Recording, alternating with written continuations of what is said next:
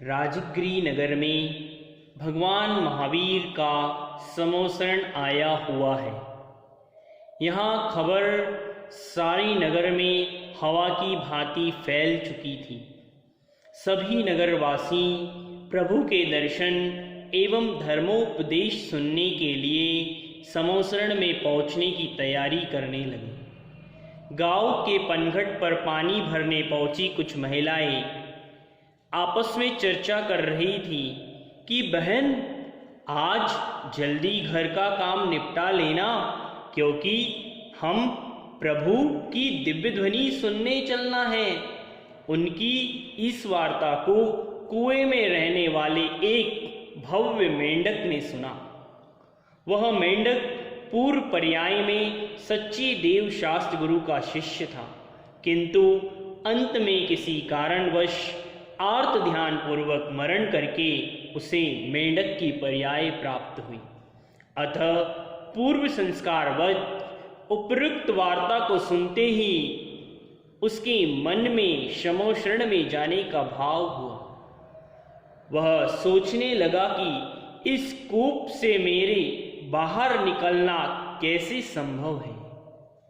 तभी उसके ऊपर से नीचे की ओर उतरती हुई बाल्टी दिखाई देती है। जैसे ही बाल्टी पानी में डूबी, पानी बाल्टी में भरा कि मेंढक भी बाल्टी में कूद कर जा पहुंचा एवं बाल्टी के ऊपर पहुंचते ही वह बाल्टी के माध्यम से बाहर उछल आया। समोसरण में जाने की तैयारी करने लगा। वह विचारने लगा कि 3 लोक के नाथ की चरण शरण में जा रहा हूं तो खाली हाथ कैसे जाऊं।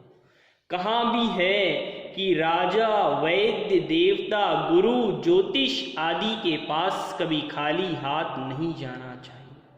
बहुमूल्य वस्तु लेकर जाना चाहिए। मैं तुच्छ प्राणी प्रभु को क्या समर्पित कर सकता हूँ, सोचने लगा। तभी उसे निकट गुलाब के पेड़ के नीचे पड़ी हुई एक गुलाब के फूल की पंखुड़ी दिखाई दी। उसने सोचा, क्यों ना इसे ही मैं अपने मुख में दबाकर समोसरण की ओर जाऊं। राजा की सवारी और विशाल जनसमुदाय को मेंढक ने देखा तो प्राणों की रक्षा करते हुए वह धीरे धीरे बचकर चलने लगा, परंतु कर्म योग से राजा श्रेणिक के हाथी के पैर के नीचे आ ही गया, जिससे तत्काल उसका प्राण पखेरु उड़ गए। राजा श्रेणिक जो ही समोसरण में पहुंचा तो उसने क्या देखा कि एक देव जिसके मुकुट में मेंढक का चिन्ह है, प्रभु के समोसरण में अभी अभी पहुंचा है। अत्यंत भक्ति के साथ नृत्य गान में लीन है। राजा ने प्रभु से प्रश्न किया, हे प्रभु, यह देव कौन है और कहाँ से आया है। तभी श्री जिन भगवान की दिव्य ध्वनि में खिरता है, राजा श्रेणिक, यह मेंढक वही है जो आपके पैर के नीचे आया था।